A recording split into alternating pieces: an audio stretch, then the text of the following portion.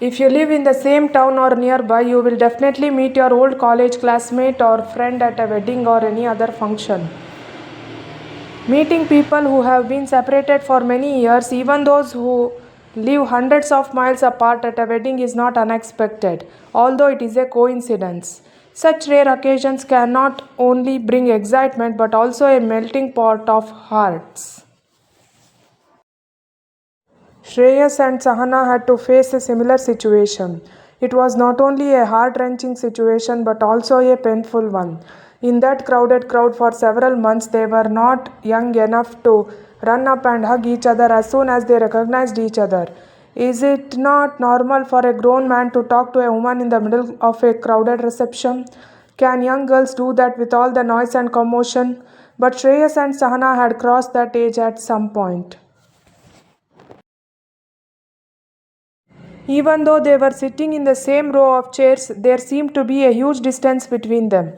They were sitting in a detached manner, not wanting to be bothered by this crowd. Just like that, by chance, when they turned their necks, they recognized each other. Sahana shouted without realizing it. Hey Shreyas! Her voice suddenly stopped. In an instant, hundreds of emotions flashed across her face. Oh, you are here, is that so? She immediately got up from her chair and came a little closer to Shreyas. Shreyas wanted to say, as if admitting a mistake, I never knew that you were the one sitting here. Even though you have been sitting so close for so long, we never knew, did we? He didn't want to move aside and increase the distance between them even more because she had come closer. They sat there for a long time, staring at each other, hesitating over what to say. That silence, that deep silence, was unbearable for both of them. Finally, Shreyas wanted to break the silence. He thought that if he sat like this for a while longer, without speaking, Sahana would ignore him and disappear into the crowd. How do you know Vijaya? He asked hesitantly. That day he had come to Vijaya's wedding reception. Yes, I know. She works with me at the Sharda Vidyaniketan school. And where are you? Shreya seemed to be distracted by what she had said. Are you at work? He was happy to know that Sahana was continuing the conversation without interrupting. Otherwise, what was the need to question herself at this reception? She burst out to herself, what else did you think I should have done? How can I and my daughter be fed? But she didn't express that emotion on her face and said yes curtly. After a moment, she remembered that he had not answered her question. Yes, this groom is an officer in our company. I mean, where? Quality Biscuit Company. Are you still there? Sahana sighed, remembering Quality. She gritted her teeth without even realizing it. If she had not controlled her temper, her mouth would have burst out loudly. How is that dog?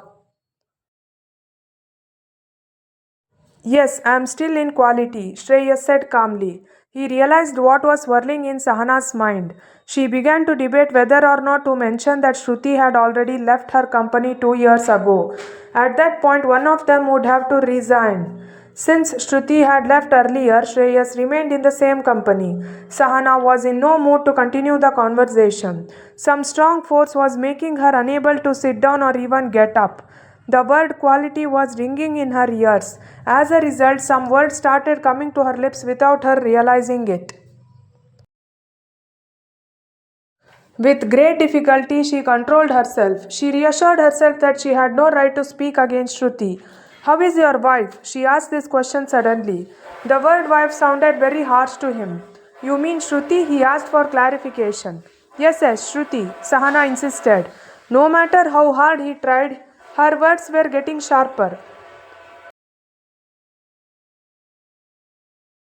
I don't know where she is, he said without hiding the truth. Sahana laughed at his words. That's really good of you. Don't you know where your wife is?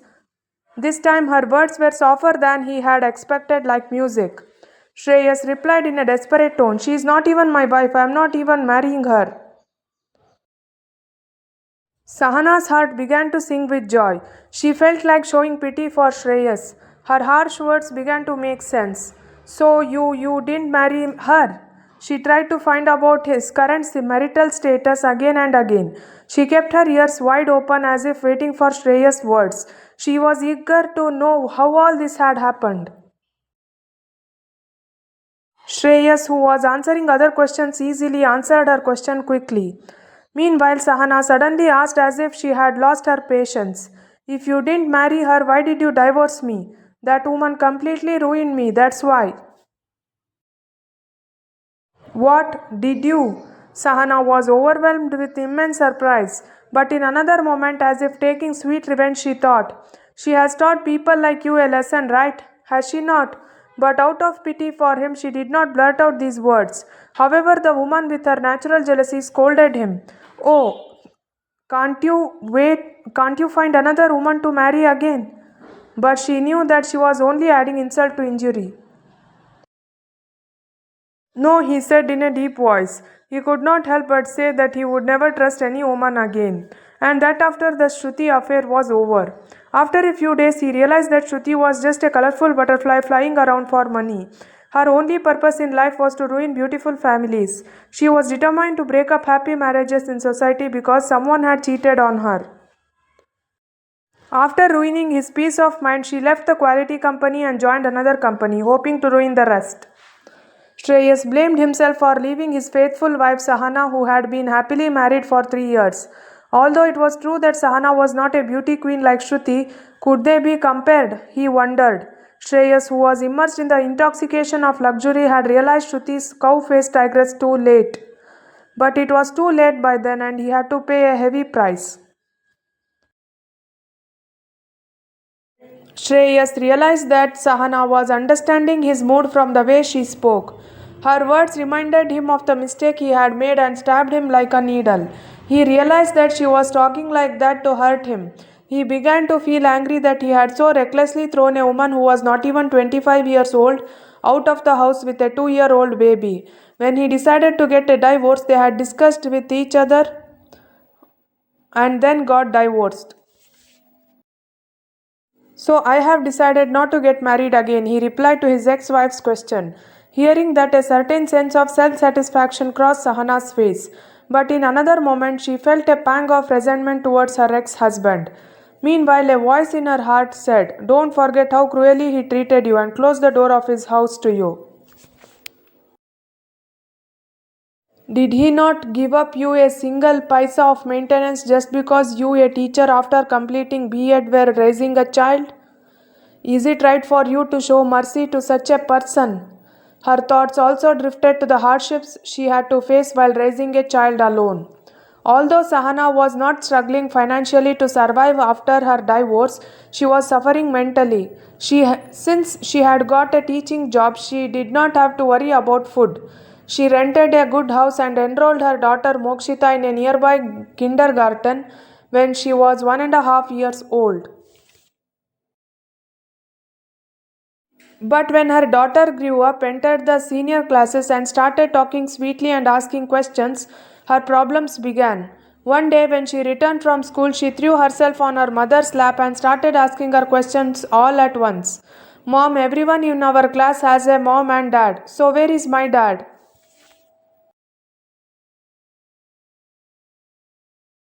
Sahana, who was not expecting this, was stunned.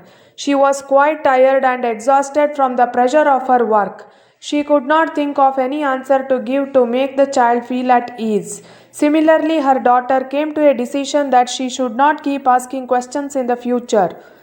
"Dad has gone to a faraway town for work. He will come back later." "Oh," she said, comforting the little child and thinking that she had won. But when Mokshita did not persist, "What else? He will come back in a few days," Sahana told a small lie that she had to grow up with later. "Mokshita, baby, you don't know. Your father died when you were little." The child, who was studying in kindergarten, understood the word died. Her teacher had told her about this while telling her a story. Her lips trembled on hearing this news. Seeing her daughter, who was stunned by this answer, Sahana felt a pang of guilt. She consoled her. "My dear Mokshita, don't worry. God is taking care of your father there," she said, pointing to the sky. The little girl controlled her sobs. A sweet smile spread across her lips. So, is the father happy there? God is taking good care of him. Yes, ma'am, yes. Will God ever send father from there to see me? Sahana swallowed hard and pursed her lips. As far as she was concerned, Shreyas was dead. But she consoled Mokshita. Yes, ma'am, but only if you study and write well in school and don't make a fuss with your mother at home, she said.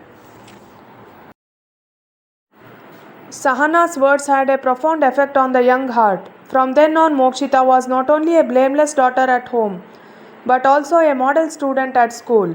But Sahana did not completely ignore Shreyas. Shreyas knew that her cooking was a special love. He would devour every new dish she had prepared. Where had he been eating recently? In some restaurant or something? Or was he eating at home with someone's help? Sahana woke up as if someone was calling her. Mother, mother. Mokshita, who had come to her mother in search of her, approached the chair and saw her mother sitting and talking to a man. For the first time, Mokshita saw her mother talking to another man. This was a strange incident that her little head could not understand.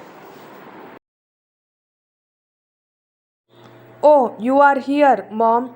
Mokshita ran to her mother and fell into her arms. Hearing that, Sahana proudly replied, My daughter. She deliberately emphasized the word my. Hearing that, Shreyas was overjoyed. Oh, she has grown so big, so tall. Mokshita looked so cute in his eyes. He had a hard time controlling his desire to hug her and cuddle her in his arms. Oh, is this Mokshita? He said, smiling warmly at her. You are now 4 years and a month old, are you not? Mokshita moved a little closer to him and said, Uncle, how do you know my name? I don't even remember you coming to my birthday last year. Shreyas was very embarrassed by her words. When her daughter called her uncle as if she were someone else, he felt deeply guilty.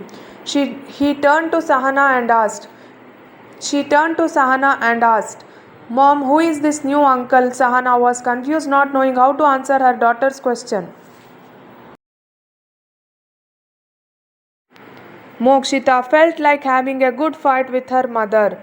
Why would mom forget about her and spend so much time talking to him because a new uncle had arrived? She wanted to hear more of the same thing, but in the meantime, the new uncle interrupted her. Shreyas' desire to listen to Mokshita's sweet words kept increasing. But when the innocent child called her uncle, an unspoken pain froze in his chest. Divorce completely severs the marital bond. Those who were once husband and wife later become ex-husband and ex-wife. But can divorce break the bond between father and child? A daughter can never become an ex-daughter, or a biological father can never become an uncle. As if someone had shouted these words in his ear. Shreyas' heart filled with joy. All the blood in Shreyas' body filled his face and turned red. Unable to control his emotions, he said, Mokshita, I am not your uncle, I am your... Sahana came to his aid. She did not miss the opportunity to correct the two big lies she had told. Mokshita, this is your father. Yes, truly Mokshita. As she heard this, little Mokshita felt like floating in the sky. She hesitated whether to believe this news or not. Her breathing was heavy. Do you remember what I told you? Before her mother could finish her words, she could not contain her joy and ran over, saying, Daddy, and hid her face in his arms, hugging Shreyas tightly. Her father also stretched out his wide arms in joy, hugged her, and kissed her. Mokshita remained in her father's embrace for a while, then released herself a little and said, Daddy, is God taking good care of you? Hearing this question from his daughter, the father paused for a moment and turned to Sahana. He noticed the prayerful expression in her eyes, as if in the days before their marriage. When they were walking around outside, she had instructed him with her eyes, Shreyas, please keep the secret, as if to not destroy his daughter's faith this time too. Oh, that's it. Whatever, whatever, he said to her daughter. Yes, God takes good care of me, he said. Does God sing you a lullaby before you go to sleep at night? When he turned to Sahana, yes, tell me, she suggested. Yes, he sings a lullaby every day. Dad, for how many days has God sent you here? Shreyas, who now understood what story Sahana had made up about herself. He didn't need to turn to Sahana anymore and ask, how many days do you want to be with your father? Mokshita. Mokshita released her hands from her father and started counting 1, 2, 3, 4, 5, 6, 7, 8, 9, 10, 50, 60, 90, 100 days. 100 was an infinite number of days to her. She had not been even taught more than 100 in her class. Father, will God accept you to be with me for 100 days? Yes, if you pray to God well, you can accept. Her face turned pale. Then go home now. I will pray to God today itself. Go quickly, Father, she said, holding her father's finger and not letting him go. Shreyas was now caught in a dilemma. Should he go or stay at his ex-wife's house that night? When he glanced at Sahana, she had already stood up and turned her back to him. She was not in a state of saying yes or no. She was only ready to face the situation that had come. Since the name of God had come up in the middle of their conversation, she was as if she would let that supreme being decide. After all three of them got into Shreyas' car, the car drove away without a word. No one spoke in between. Both Sahana and Shreyas were amazed by the strangeness of fate and were waiting anxiously to see what would happen next. Mokshita had a different idea. God had sent her father to her along with the car anyway. Why should she not go with her father in the car the next day and drop him off at school? She must show them all such a good father. Yes, that's our house. Sahana pointed to a house on the right side of the road. While pointing, her hand accidentally touched Shreyas' chin. She was thrilled as if a lightning flashed through her body. As Mokshita went to the god's room of their house and prayed, Shreyas turned to Sahana and asked, what did you tell her about me?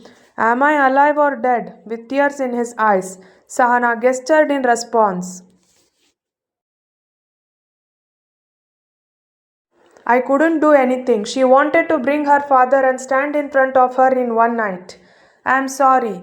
Mokshita had come to them from the god's room. Father, Father, do you see? God has agreed to my words. Is it not because I am good and have studied well that you have come here? Will you come to school with me tomorrow, Father?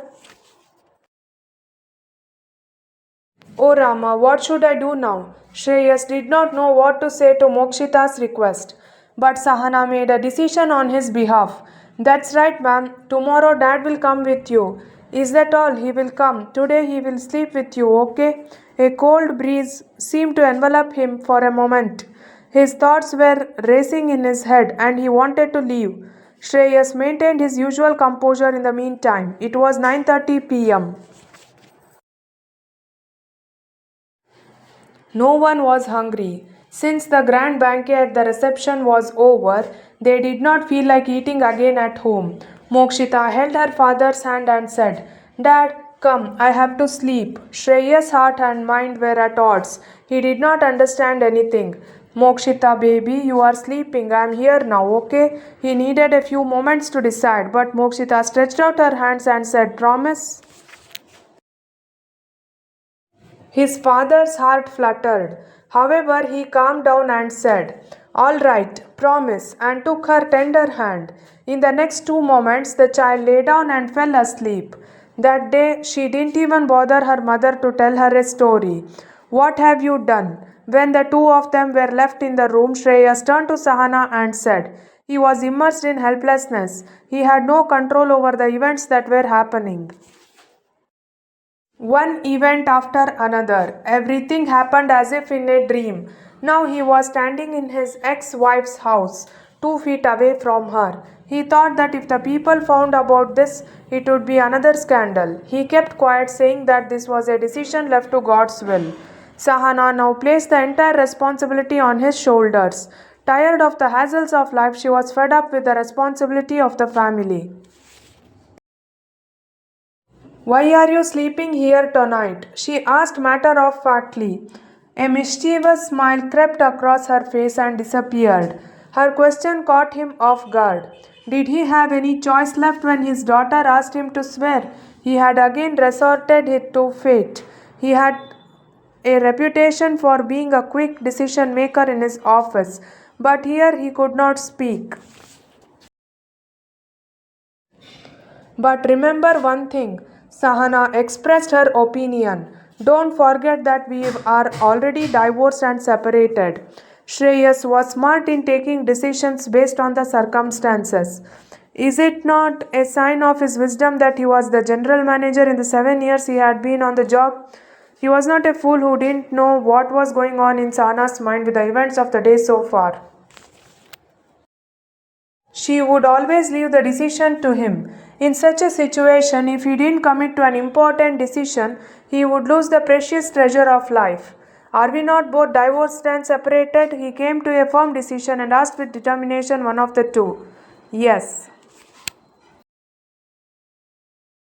"Where are your papers related to the divorce? Will you bring them?" "Okay," said Sahana, bringing a long envelope from the cupboard and handing it to him. As she placed it before him, Shreyas exclaimed, "No one in this world knows the value of these papers except the two of us. I don't see any need for them. Why don't you just tear them up and throw them away?" With the feeling of a good voice ringing in her ears, she quickly tore up the boring papers and tore them into rags. "I don't think this much has changed our stance," said Sahana. The quality manager glanced at her once, raised his eyebrows, and muttered to himself, "Why do these women express their feelings in riddles?" "Okay, but at this time of year they probably don't have flower garlands at home, do they?" The manager expected the sandalwood garlands that had been placed on Sitaram's head to fall. "I will bring it." Her voice was honeyed, and there was a sense of joy in her gait.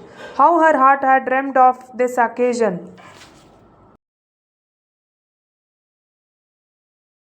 While Sahana was searching for the necklaces, Shreyas said, sobbing with a heart full of sorrow, "Sahana, do you know, in our Indian society it is as easy as getting a divorce, but preparing for remarriage is 1,000 times more difficult." "Yes, you are right," she said, and within 2 minutes she arrived.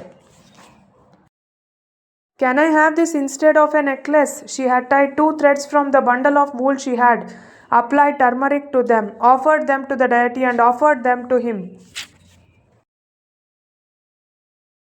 Seeing that heart-pounding scene, Shreyas expressed happiness and expressed his opinion. "This will be a solid foundation for our unbreakable bond." Sahana had lined up several idols of gods in the puja room. They approached the idol of Sitaram in the middle and bowed together. Standing in front of the deity, Shreyas and Sahana exchanged garlands of woolen. Shreyas took out the saffron from his bag and applied vermilion to Sahana's hair. The beating of their hearts was the chanting of the Vedic mantras, and in the presence of Dharma they became husband and wife once again. Sahana's eyes filled with tears of joy and excitement, and Sahana bent down and looked at her husband's feet, saying, "I wish to remain your wife for 7 more births, Shreyas." With love overflowing, he hugged her to his chest and said, "No, no, Sahana, you don't have to bow to my feet. I am the one who has sinned. You have to forgive me." He bent down and came to touch her feet. Sahana, who suddenly pulled her legs back, said, "What have you done, Shreyas? In our Hindu tradition, does a husband ever touch his wife's feet? It will spoil her happiness." Unable to answer her words, which she spoke in a whisper, Shreyas hid her in his arms. Sahana's mind was singing happily. Although she was away from her husband, Sahana had not forgotten her husband's likes and dislikes. Before going to bed, she mixed him some hot Horlicks, which he liked. While she was in her own mood, reminiscing about the events that had happened in the kitchen by the grace of God, Shreyas, who was sleeping soundly with a rare peace of mind due to the delay, hugged her daughter Mokshita to his chest. She did not bother to wake up the father and daughter who were sleeping happily. Similarly, she went to sleep on the sofa in the adjacent hallway. Sleep remained elusive to her. She felt like a married woman again. More importantly, the feeling that little Mokshita had found a father was making her float in the sky. She could not believe how she had been for 2 years since she left Shreyas. She needed some time to adjust to the new married life. The sweetest feeling for her was that Shreyas had entered her life again. At first, she was curious about whether to go to Vijaya's wedding or not. Then she weighed it up and came with her daughter for protection. That moment had become the nectar of her life. She pinched herself, wondering if everything that had happened that day was a dream or a reality, and fell asleep happily satisfied. Thank you for watching. If you like this video, please like, share, and subscribe to my YouTube channel.